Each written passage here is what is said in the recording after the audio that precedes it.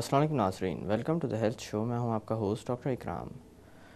ناظرین، آج ہم بات کریں گے ایک انتہائی قدیم مرض کے بارے میں، جس کے بارے میں بارہا لوگوں کو یہ خیال ہوتا رہا کہ شاید اس پر قابو پا لیا گیا ہے، لیکن یہ ہر دفعہ اپنا چہرہ تبدیل کر کے یا تھوڑی بہت تبدیلیوں کے ساتھ لوٹ آتا ہے۔ اس مرض کے بارے میں ایک اور خاص بات یہ ہے کہ ترقی پذیر ممالک میں اس مرض کو زیادہ دیکھا جاتا ہے، اور شاید وہاں پر موجود عوامل اس کا باعث ہیں۔ جس مرض کا میں تذکرہ کر رہا ہوں اس کو پہلے کمبسشن کہا جاتا تھا، اور آج کے دور میں اس کو ٹیوبرکلوسس یا ٹی بی کہا جاتا ہے۔ یہی ہمارا آج کا موضوع ہے۔ اس موضوع پر روشنی ڈالنے کے لیے بطور مہمان ہمارے ساتھ موجود ہیں ڈاکٹر محمد عرفان، جو کہ کنسلٹنٹ چیسٹ فزیشین ہیں، اسسٹنٹ پروفیسر ہیں آغا خان یونیورسٹی ہاسپٹل میں۔ آئیے ان سے بات کرتے ہیں۔ السلام علیکم ڈاکٹر صاحب۔ وعلیکم السلام۔ کیسے ہیں آپ؟ الحمدللہ۔ ڈاکٹر صاحب، سب سے پہلے تو آپ کا بہت بہت شکریہ کہ آج آپ تشریف لائے ہمارے پروگرام میں۔ Thank you for calling me, اور مجھے بلانے کا شکریہ ایل ٹی وی کا اور آپ کا بھی۔ ڈاکٹر صاحب، ٹی بی کس طرح کا مرض ہے، اور خاص کر کہا جاتا ہے کہ یہ پھیپھڑوں اور سانس کو متاثر کرتا ہے، لیکن کیا یہیں تک محدود رہتا ہے؟ اصل میں ٹی بی یا ٹوبرکلوسس جو ہے وہ ایک انفیکشس ڈیزیز یا جراثیم سے پھیلنے والی بیماری ہے۔ جی۔ اس کا جو بیکٹیریا ہے اس کا مائکو بیکٹیریم ٹوبرکلوسس کہتے ہیں، اور یہ سانس کے ذریعے سے ایک مریض سے دوسرے مریض میں منتقل ہوتا ہے۔ جی۔ جب سانس کے ذریعے سے منتقل ہوتا ہے تو سب سے پہلے جو آرگن یا اعضاء جو اس میں متاثر ہوتے ہیں وہ پھیپھڑے یا لنگس ہیں، لیکن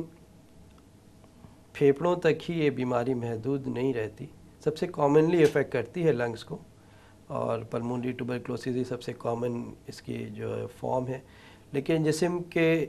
چند ایک کے علاوہ تقریباً سارے ہی اعضاء اس سے متاثر ہو سکتے ہیں، اور ہر جگہ کی ٹی بی ہو سکتی ہے، جیسے دماغی ٹی بی ہے، ہڈیوں کی ٹی بی ہے، جوڑوں کی ٹی بی ہے، پیٹ کی، آنتوں کی، پیٹ کی،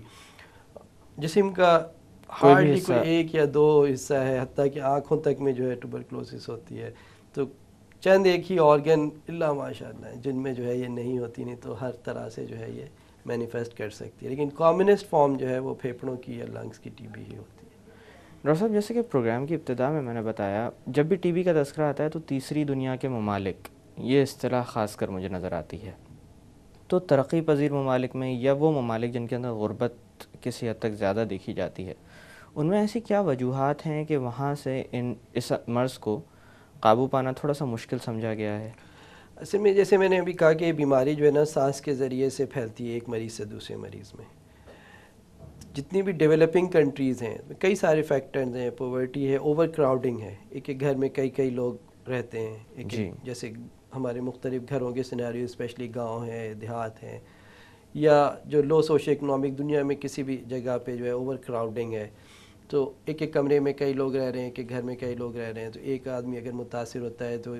بہت زیادہ کلوز رہنے کی وجہ سے اس گھر کے اور افراد متاثر ہوتے ہیں، اس سے ملنے جلنے والے دوسرے احباب متاثر ہوتے ہیں۔ سیکنڈریلی انسان کی اپنی ایک امیون سسٹم ہے، تو دیکھا یہ گیا ہے کہ جو ڈیولپنگ کنٹریز ہیں ان میں اوور آل ہیلتھ اسٹیٹس صحیح نہیں ہے، لوگوں کے امیون سسٹم صحیح نہیں ہیں، پورٹی کی وجہ سے، میل نیوٹریشن کی وجہ سے، تو ان میں یہ بیماریاں زیادہ لگتی ہیں۔ تیسرا، ہیلتھ سسٹم کی خرابی کی وجہ سے بہت اچھا کنٹرول نہیں ہے کہ جس طریقے سے ڈیولپ کنٹریز کے اندر اس کو کنٹرول کیا گیا، جی، تو بہت اچھا کنٹرول نہیں ہے۔ اس میں بہت سارے فیکٹرز ہیں، ہم بات کریں گے کہ کیوں بہت اچھا کنٹرول نہیں ہوتا ان جگہوں کے اوپر، جس میں ٹریٹمنٹ ریلیٹڈ پرابلمز بھی ہے، ڈاکٹرس ریلیٹڈ پرابلم بھی ہے، مریضوں کی بھی کمپلائنس ہے، تو کنٹرول کے بھی پرابلمس ہیں۔ تو ایک تو یہ کہ پھیلنے کا کیونکہ ذریعہ سانس ہے اور بہت جلدی ایک دوسرے کو لگ جاتی ہے ٹی بی، اگر قریب میں کوئی مریض ہو تو اوور کراؤڈنگ، ایک جگہ بہت سارے لوگوں کا رہنا، پور ہیلتھ سسٹم، یہ سارے فیکٹرز ہیں جس کی وجہ سے ڈیولپنگ کنٹریز کے اندر جو ہے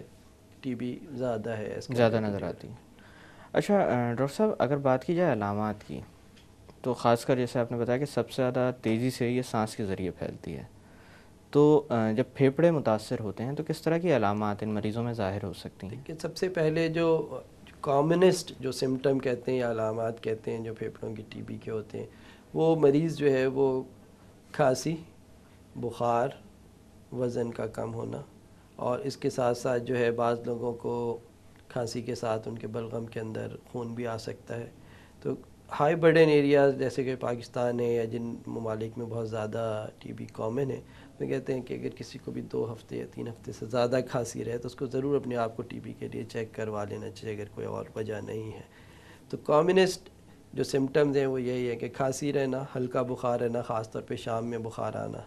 وزن کا کم ہونا، بلغم میں خون آنا، رات میں بعض لوگوں کو پسینے آتے ہیں، تو یہ جو ہے وہ کامنسٹ سمٹمز ہیں جس کے ساتھ عموماً مریض جو ہے وہ پریزنٹ کرتے ہیں پھیپھڑوں کی ٹی بی کے۔ باقی جسم کے جو دوسرے حصوں میں ٹی بی ہوتی ہے وہ اپنے آرگن کے حساب سے اس کی جو ہے اپنی مینیفیسٹیشن یا اس کی اپنی علامات ہوتی ہیں۔ اشرف صاحب، جب بات ہوتی ہے کہیں باہر جانے کی تو ٹریولنگ میں بھی ٹی بی کے لیے چیک کروایا جاتا ہے لوگوں کو، خاص کر یورپ وغیرہ کی طرف جب لوگ جا رہے ہوتے ہیں۔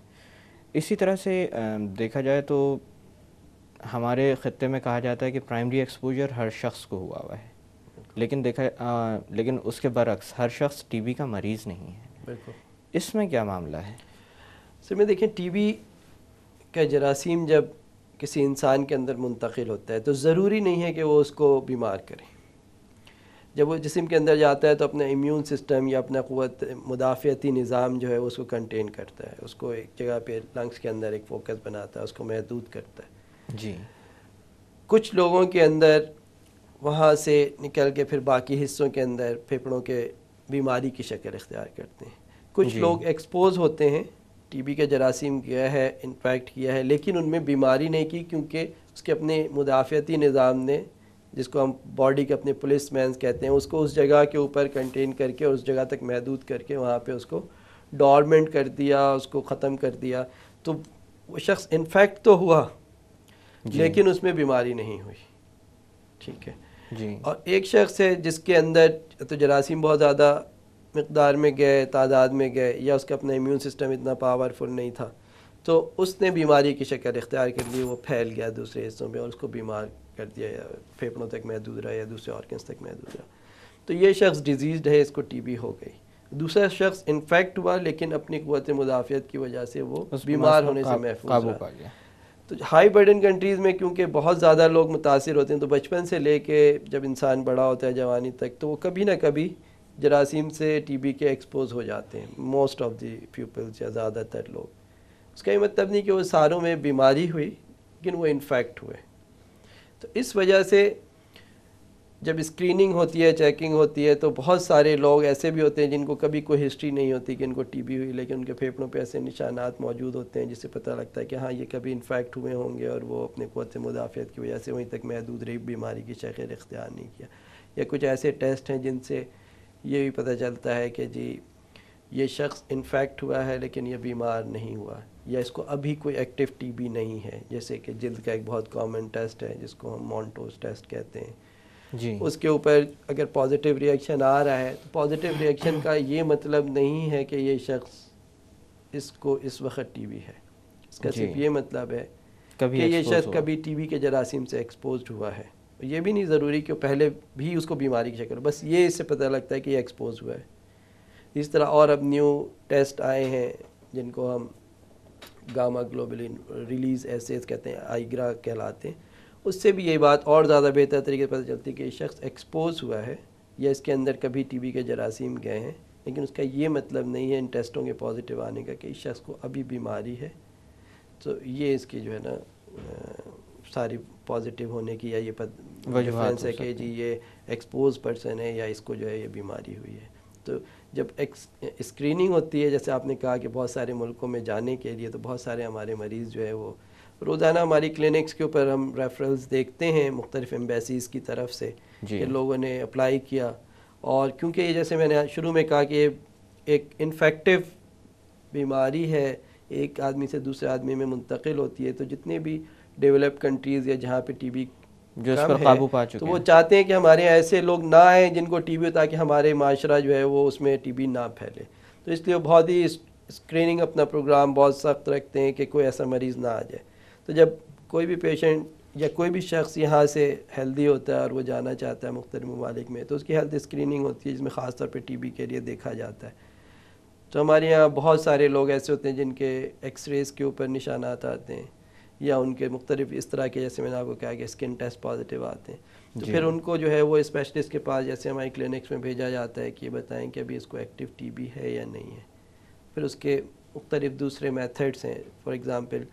کچھ تو ایکس رے کے نشانات سے پتہ لگ جاتا ہے کہ پرانے ہیں یا نئے ہیں، لیکن کنفرمیٹری ٹیسٹ جو ہے وہ اس کے بلغم کا ٹیسٹ ہے کہ اگر بلغم میں جراثیم نہیں ہیں، اس مریض کو کوئی علامات نہیں ہیں، یا اس کا کوئی پرانا ایکس رے اویلیبل ہے جس میں بھی ایسے نشانات تھے، پھر آپ کہہ سکتے ہیں کہ جی یہ مریض جو ہے اس وقت ایکٹیو ٹی بی نہیں، کسی زمانے میں ہو سکتا ہے کہ یہ انفیکٹ ہوا، اور یہ آپ نہیں بتا سکتے کہ کب انفیکٹ ہوا، ہو سکتا ہے بچپن میں ہوا، ہو سکتا ہے جوانی میں ہوا. تو اس کو پھر یہ کہا جاتا ہے کہ یہ شخص ایکسپوزڈ ہوا ہے لیکن اس وقت اس کو ایکٹیو بیماری نہیں ہے، تو یہ دوسروں کے لیے خطرہ نہیں ہے. تو ایسے لوگ پھر ٹریول کر سکتے ہیں. ایسے لوگ ٹریول کر سکتے ہیں. ان کو بہت سارے ممالک پر امیگریشن دے دیتے ہیں، ویزا دے دیتے ہیں، لیکن بہت ساری جگہوں پہ بہت سختی ہے کہ اگر وہ کوئی بھی اب نارمیٹی آ جائے تو وہ انٹر نہیں ہونے دیتے، خاص طور پہ ورک ریلیٹڈ پرابلم کے جیسے مڈل ایسٹ وغیرہ میں کافی زیادہ پرابلمس ہیں. ڈاکٹر صاحب یہاں پہ تھوڑی دیر کے لیے باتوں کا سلسلہ روکتے ہیں. ناظرین وقت ہوا ایک چھوٹی سی کمرشل بریک کا. بریک سے واپس آ کر ٹی بی کے متعلق مزید بات کی جائے گی. Stay with us.